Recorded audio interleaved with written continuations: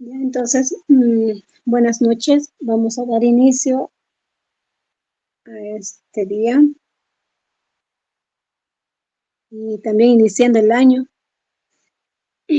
Vamos a dar inicio a esto con la oración, con, con la oración del día de hoy.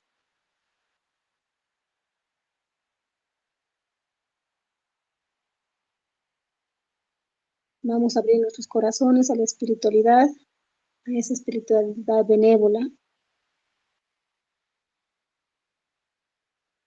que nos proporciona, eh, que nos protege, que nos proporciona bastante guía, nos protege,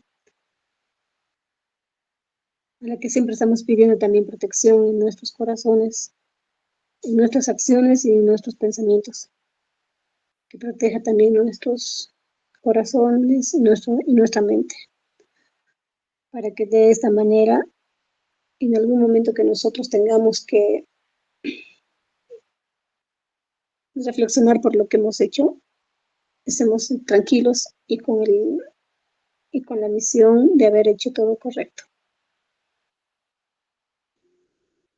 Que así sea. Que así sea.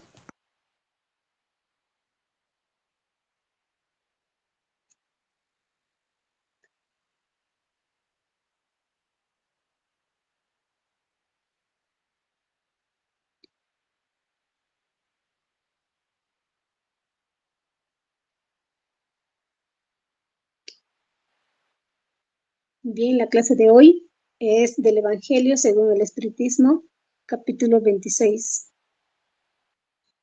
con el tema dar de gracia lo que habéis recibido.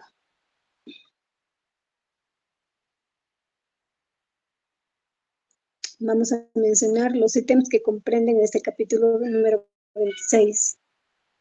1. El primer ítem es el don de curar. El segundo ítem es oraciones pagadas. El tercer ítem es mercaderes expulsados del templo y la mediunidad gratuita. En el primer ítem a desarrollar, podemos mencionar acá el don de curar. En este accionar o en esta actividad que se da de curar, de tener ese don de curar, podemos mencionar cinco actividades, como devolver, que Jesús, que el Maestro Jesús las mencionó en Mateo capítulo 10, versículo 8, devolver la salud a los enfermos. El otro, resucitar a los muertos. Otro don, curar a los leprosos. Otro don que también mencionó era expulsar a los demonios. En realidad son dones de curación que se podían realizar en aquellos tiempos, ya desde aquellos tiempos, ¿no? Y que prácticamente nosotros simplemente lo que estamos haciendo es recordar, reconocer y identificar actualmente, ¿no? Que eso sigue todavía latente, que está en práctica y está incluso entre nosotros, en nosotros mismos y en algunas personas que están en nuestro entorno. En el siguiente ítem vamos a mencionar las oraciones pagadas.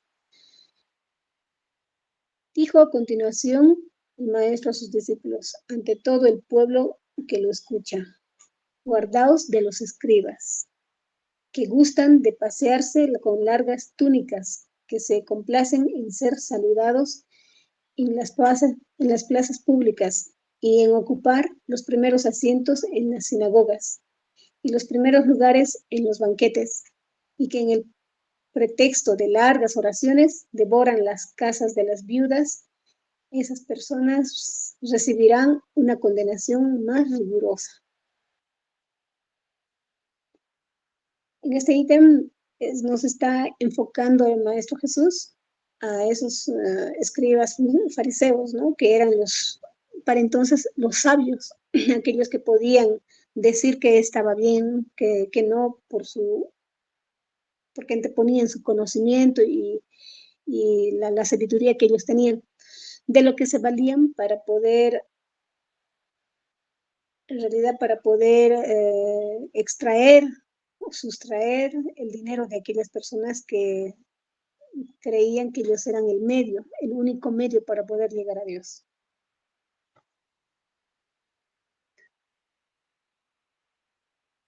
Entre esas personas se las pueden identificar a las viudas que en aquellos tiempos ellos, con ese pretexto de decirles que mediante esas oraciones podían llegar a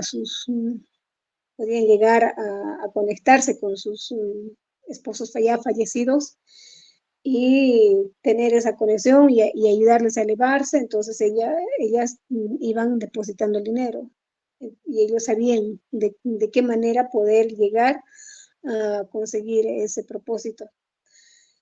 También dijo Jesús: no cobréis vuestras oraciones, no hagáis como los escribas, mencionando aquí lo que hacía yo, ¿no? Con el pretexto de esas largas oraciones que devoraban las casas de las viudas.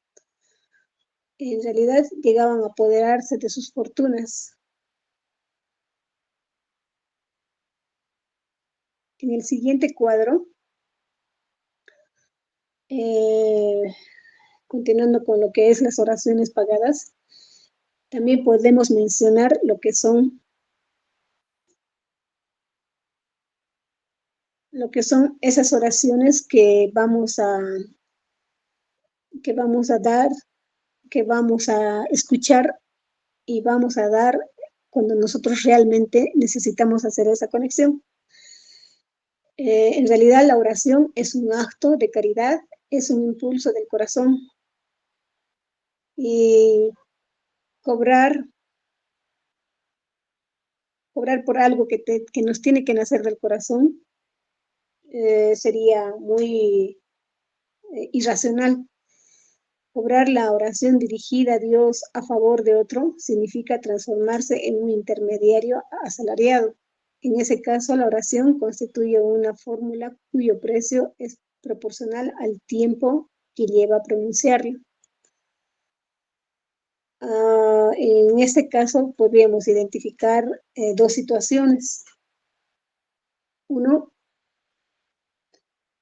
las personas que están pagando por pedir esa oración tendrían que dar mucho dinero o más dinero si quisieran más oraciones, ¿no?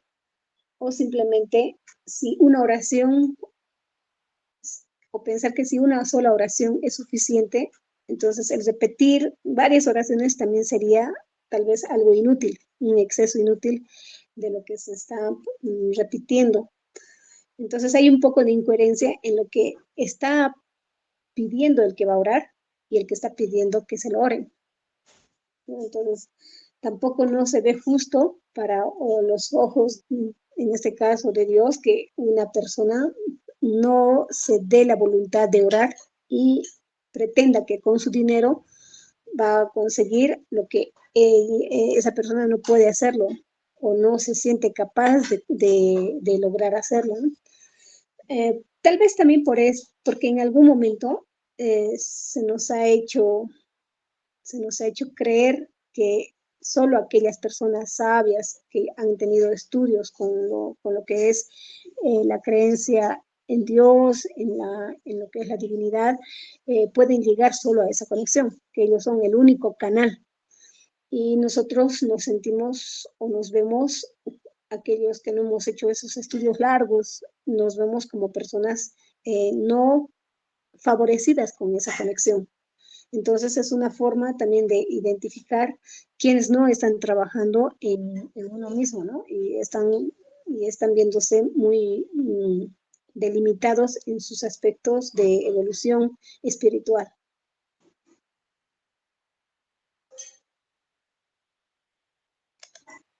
En la siguiente página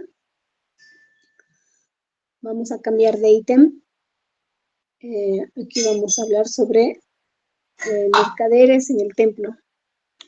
Ya Jesús en aquel momento había pasado por lo que había llegado a lo que son los templos y en la expulsión que él había realizado, ¿no? donde menciona: vinieron luego a Jerusalén, y Jesús, entrando en el templo, comenzó a expulsar de allí a los que vendían y compraban. Derribó las mesas de los cambistas y los puestos de los que vendían palomas, y no consentía a nadie transportar utensilio alguno por el templo, y también los instruía diciéndoles: no está escrito, casa será demoniada, no sé, perdón, casa será denominada como casa de oración para todas las naciones. Sin embargo, vosotros habéis hecho de ella una cueva de ladrones.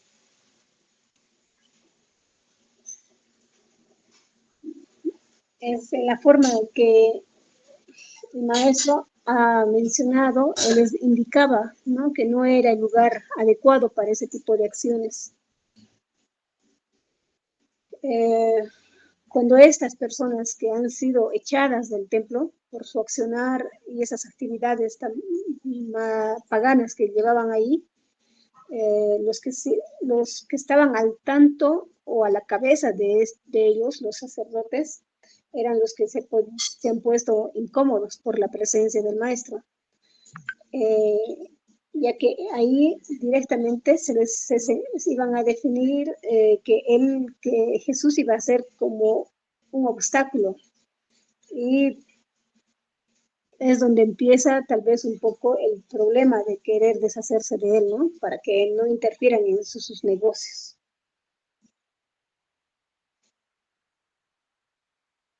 Continuando, sigue con el mercaderes en el templo. Jesús, en el ítem número 6, no, mercaderes en el templo, sí, como punto número 6, en la siguiente página, Jesús expulsó a los mercaderes en el templo y condenó de ese modo el tráfico de las cosas santas. Ahora vamos a identificar qué cosas santas se pueden mencionar en que una persona puede traficar. Una oración es algo santo. La iglesia, que es casa de Dios, son cosas santas que no pueden ser usadas para lo que es lucrar dinero, ¿no? La oración, las cosas también que son naturales, como por ejemplo las aguas de manantial, la naturaleza, los animales que son libres, las personas. Nosotros no podemos ponerle precio a todo eso, ¿no? Aunque hay muchas personas que se ocupan a la trata y tráfico de animales exóticos, incluso de personas, y para Jesús todo esto es santo. No deberíamos de valernos de vender algo que Dios nos da como algo natural. La conexión de la oración, la conexión de la meditación, no debe de ser algo que una persona tenga que lucrar con eso. Y es algo que hoy y en nuestros tiempos se está viendo, y es mucho más frecuente porque ahora hay muchas instituciones o muchos lugares o centros holísticos que dicen: te vamos a hacer la limpieza de esto, vamos a enseñarte a hacer una meditación, y abajo ponen cuánto de precio va a costar la sesión, ¿no? Entonces, y algunas veces podemos identificar que son precios altamente elevados, y son ya identificados como cosas tráficas, cosas santas que están siendo comercializadas, ¿no? Y a eso es a lo que se refería Jesús, el tráfico de las cosas santas, que nosotros deberíamos de darlo de forma gratuita si nosotros lo tenemos, o compartirlo directamente, ya que a nosotros nadie nos los ha cobrado.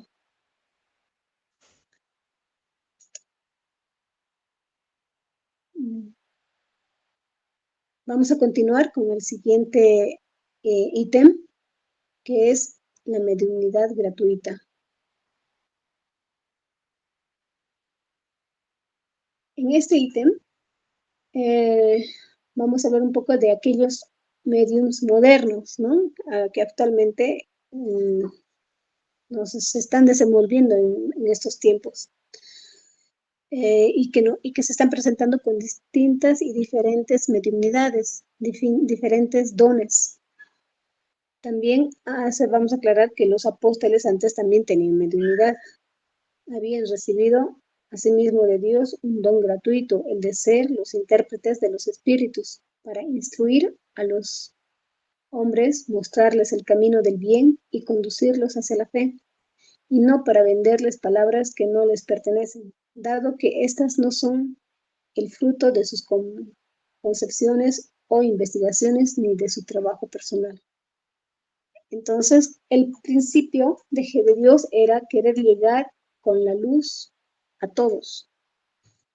Era algo que la mediunidad es un instrumento para llegar a todos, ¿no? De esa forma. Y quien tenga esa facultad simplemente está direccionado a compartirla.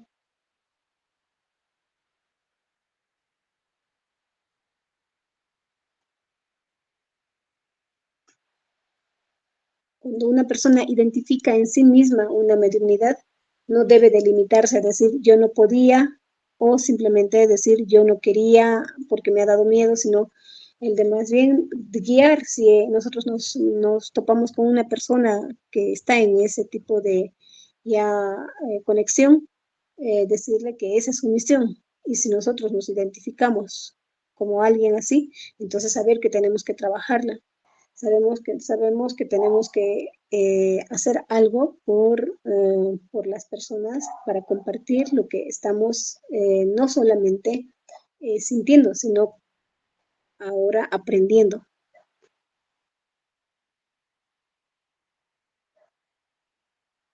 En la siguiente hoja vamos a seguir hablando de la mediunidad gratuita, pero mal manejada. Esa mediunidad gratuita a veces pueden ser personas que quieren llegar a recibir como que más identificación, más reconocimiento. Y actualmente en esta modernidad de tecnología que tenemos, vemos que hay personas que simplemente quieren conseguir, tal vez a través de más canales, más gente que les sigan, mucho más seguidores, más like, beneficios por llegar a 1000 o 2000, de acuerdo al ascenso que tienen. Buscan categoría en lo que es las redes sociales, y ante todo buscan ser mayores y mejores protagonistas como medios identificados dentro de las redes, ¿no? Evocar por dinero a los seres que respetamos o que nos son requeridos, no cabe duda de que así se pueden obtener manifestaciones, pero ¿quién podría garantizar su seriedad?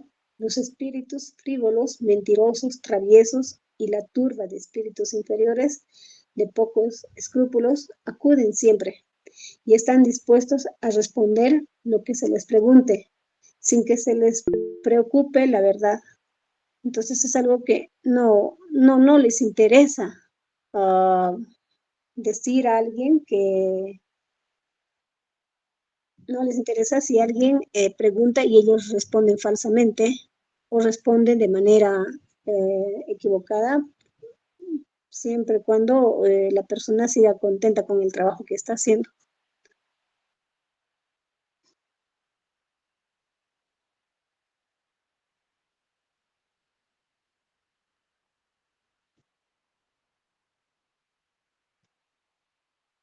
La mediunidad seria no puede ser ni será nunca una profesión, no solo porque sería desacreditada moralmente. Se trata de una facultad esencialmente inestable, fluidiza y variable, con cuya permanencia nadie puede contar. Sería, pues, para quien la explotase, un recurso por completo incierto, que podría llegar a faltarle en el momento en el que más necesario les resultara. Hay personas que tienen mediunidad y están muy confiados en su mediunidad, en su capacidad, y empiezan a usarlo de manera incorrecta. sin darse cuenta que se les puede quitar esa mediunidad, ese don, porque ahí sí los espíritus buenos se retirarían y ya no estarían con esa persona, simplemente se alejarían. Pero ellos se darían cuenta ya muy tarde cuando realmente van a necesitar de ese don, pero ya no van a tener la asistencia correspondiente.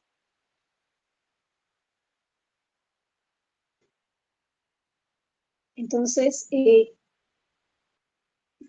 quien da comunicaciones serias debe en primer término solicitarlas con mucha seriedad y después interiorizar acerca de la naturaleza de las simpatías del medium con los seres del mundo espiritual, ¿no? Entonces, la primera condición para conquistar la benevolencia de los espíritus buenos es la humildad de las personas que van a hacer esa devoción, esa abnegación y con el más absoluto desinterés, tanto moral como material.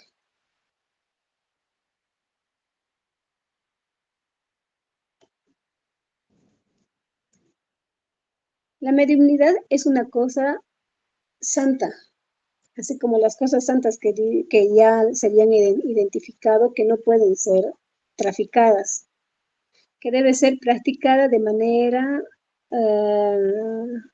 religiosa y con santidad. Los espíritus tendrán en cuenta su devoción y sus sacrificios, mientras que apartan de quienes los utilizan como un escalón para elevarse. Vamos a mencionar que en este caso sí hay oportunidades para aquellas personas como el médico que brindan el fruto de sus estudios, que muchas veces ha sido a través y realizado con sacrificio, como también aquel magnetizador que también ha tenido su tiempo de práctica y ha tenido esa predisposición para que los fluidos le salgan de manera natural y pueda ayudar con lo que es la salud, ¿no? Entonces, hay quienes han hecho una práctica, pero ambos pueden ponerle precio. En cambio, el medium curador transmite el fluido saludable de los espíritus buenos, de modo que no tiene, digamos, derecho a venderlo. En ese caso, el médico o el magnetizador son como los que, como el quiropráctico o el masajista, ¿no? Que llegan a hacer esas actividades, pero son formaciones académicas. En cambio, la mediunidad no es. No ha sido no ha sido para comercializarla ni manejarla como un acto de material. Jesús y los apóstoles, aunque eran pobres, no cobraban las curaciones que ellos en sus momentos practicaban, ¿no? Ahora podemos un poquito para darle más punteo a lo que hemos hablado sobre la mediunidad gratuita. Hay puntos importantes que se deben de considerar, como uno, la mediunidad no es un talento, no es un arte, más bien sí es un talento. Esta es la razón por la cual no puede ser convertida como en una profesión, ya que es un don otorgado. Explotar la mediunidad es disponer de algo de lo que en realidad no es dueño uno. Si afirmamos lo contrario, estamos engañando a la persona que paga. La mediunidad es una cosa santa que debe ser practicada con santidad y religiosamente, ¿no? El divino maestro y los apóstoles, aunque eran pobres, no cobraban. Quien no tenga de qué vivir, que busque recursos en cualquier parte, menos en la mediunidad. Son puntos que vamos a aclarar y vamos a repetir de lo que ya habíamos hablado. Un poquito para aclarar el punto de la oración, porque también la oración no es algo que tengamos que cobrar y se tenga que pagar. Eh, en algún momento, cuando fuimos a a una visita, había una persona que ya desencarnó que pedía que se haga la oración. y me pedía a mí directamente, ¿no? Hacer una oración. Pero ahí me di cuenta que la oración, yo empecé a hacer la oración, pero no de la manera interna, ¿no? Como dice ahí, desde el corazón. Y se me repitió de que lo haga desde el corazón. Entonces, al hacer una respiración y una conexión más profunda, entonces vamos a dar esa entrega de dar la oración, pero con intención y desde el corazón, y es algo que realmente ellos ya lo identifican, ¿no? Los espíritus benévolos saben cuando nosotros estamos haciendo una oración que sale del corazón y no es una oración comercializada o simplemente protagonizada. Bueno, el último mensaje que vamos a indicar acá: el don otorgado de gracia debe ser compartido de igual manera. Eso como mensaje para finalizar lo que es la charla del día de hoy.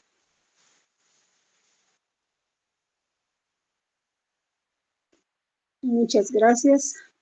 No sé si alguien quisiera hacer alguna pregunta.